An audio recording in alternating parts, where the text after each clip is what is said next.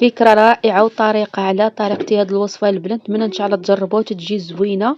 بالنسبة اللي عنده الزرع في الدار وتيطحنوا على يديه، لا عندكم زرع في الدار دخلوا تشوفوا شنو غادي توجدوا به. طريقة جد صحية في هاد البرد هذا وغادي تنفعكم بزاف وفيها فوائد كثيرة. تابعوا الفيديو من الأول حتى الآخر ونتمنى إن شاء الله ينال الإعجاب ديالكم. سلام البنات، كدايرين بخير؟ لاباس عليكم؟ اليوم ان شاء الله نشارك معكم واحد الطريقه زوينه بزاف غادي تعجبكم، اللي تعجبوا بحال هكا الشوربه ديال الحليب. راه الطريقه ديالها الصراحه واعره، اول مره تنجربها وطحت عليا هاد الفكره، ونتمنى ان شاء الله تعجبكم. راه تجي واعره بزاف. هانتوما البنات، ملي تشريو الزرع وتبغيو طحنوه تيكون هذا هو كيف تشوفوا. هذه دابا راه فرينه تنطحنوها هكا، تنجيبو داكشي على يدينا تنقيو تنطحنوه باش نعجنوا الخبز، ماشي تنشريو من الزنقه. هذه تتشوفوا هذه راه فرينه، كاين فرينه وكاين القمح، كاينين بجوج. هذه دابا فرينه تتكون البنات صفراء، والقمح راه تيكون غامق شويه. دابا دايره فرينه. كنا طحنا منها ونقص هاد الكميه دي، قلت نجربوا نشوفوا كيفاش تطلع الطريقه ديالها. اطلع بحال هذيك اللي تيتباع في الحانوت عند العطار، باش تنديروا مع الحليب بحال هكا. هانتوما نقرب لكم باش تزيدوا تشوفوا. هانتوما شوفوا، شديتوها البنات. اول حاجه شديتو نقيتو فزقتو راه فزقتو ليله كامله، تفزقوا ليله كامله. انا ما كنتش ساعه، ما كنت مشغوله، ما بقاليش الوقت باش انا غادي نطيبو. خليته زاد نهار اخر، يعني يومين هو مرقد، ما غادي يخناز لكم حتى حاجه. دابا الحر بارد. شو تبارك الله البنات، نقرب لكم اكثر. شو الحبه ديالو كيف ولات منفوخه، بحال الشكل تيكون بحال تقولوا مرقد. الا بغيتو تاكلوا صافي راه طاب دابايا. نوريكم الطريقه اللي غادي ندير دابا. ها هو هنا البنات كان مرقد كيف تتشوفوا. دابا غادي نغسلو، نحيد منه هاد الماء هذاك. شوف كيف داير اللون ديالو. نغسلو مزيان تيولي الماء ابيض، ونوريكم الطريقه كيفاش. صافي البنات، ها هو هاني غسلته مزيان كيف ولا نقي. شو الحبه ديالو كيف نفخت البنات هانتوما، يعني راه طاب مزيان دغيا غادي يطيب لكم، ما غاديش يشد لكم الوقت. دابا البنات غادي نشدو، غادي نديرو في الكوكوط باش نسد عليه باش يطيب. اللي من بعد نوريكم شنو عاوتاني غادي نزيد عليه. دابا غادي نديرو في كوكوط ونرجع نتلاقى معكم. شوفوا صافي البنات، انا درته في كوكوط من بعد ما غسلته جيدا. درته في كوكوط باش تسرع لينا الطياب ديالو، ما يشد ليناش الوقت. صافي خويت عليه الماء طايب البنات، تقريبا شي لتر ونص لتر ونص هكاكي على حسب الكميه اللي درتو. صافي البنات، ودرت الماء طايب باش يساعدنا على الطياب ديالو بالزربه. ودرت واحد شويه ديال الزيت بلديه، الا بغيتو ديروا الزيت عاديه ديروها. درت شويه الملحه، يعني درنا اكله صحيه البنات. وهنا نقصت البوطه وخليته تيطيب على الكوكوط كما شفتوا باش طيب لينا بالزربه. هانتوما البنات هنا كيف تتشوفوا، ها هو طاب. خليته حتى شفتها ولات المرقه بحال هكا.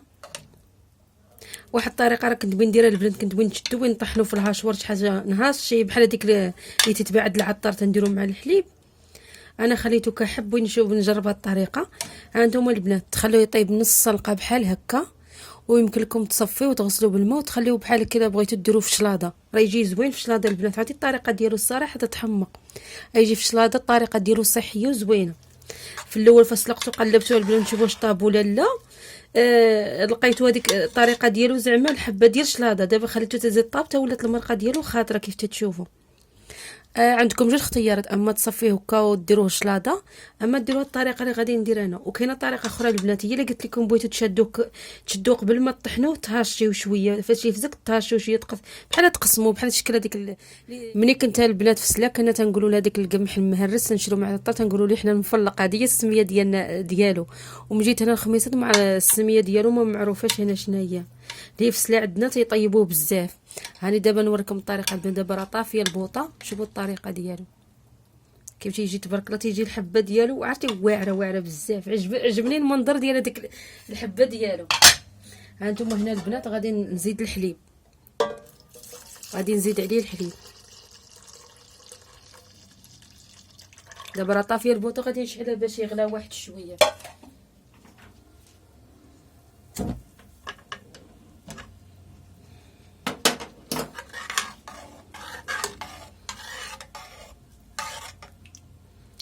هانتوما البنات، هانتوما شوفوا دابا خويت عليه الحليب كيف ولا الطريقه ديالو.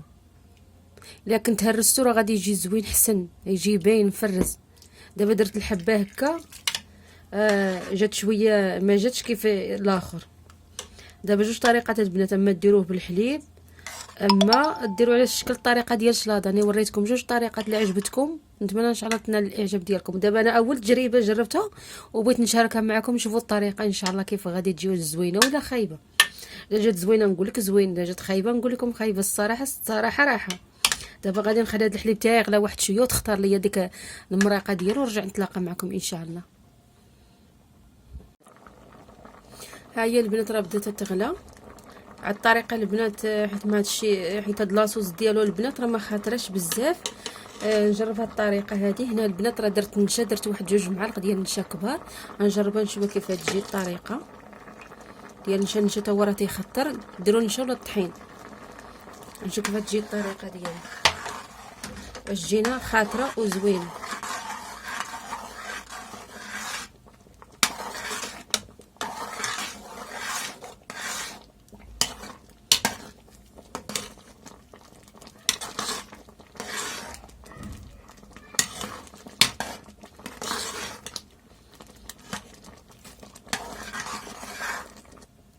صافي البنات بحال هكا زدت البنات هذيك النشا كما شفتوا.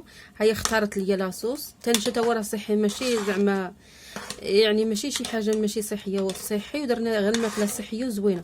غادي نجرب معكم دابا البنات، غادي نطفي عليه صافي بركه ونشوفوا هاد الاكله كيف غادي تجي ونشاركها ونقول لكم شنو كاين. وهذا هو الشكل ديالها البنات، ما شاء الله تبارك الله. جات غزاله غزاله بزاف، حمقاتني انا البنات. بالنسبه لي انا حمقاتني، جات واحد الطريقه ديالها الصراحه ما كنتش موقعه بحال هكا تجي.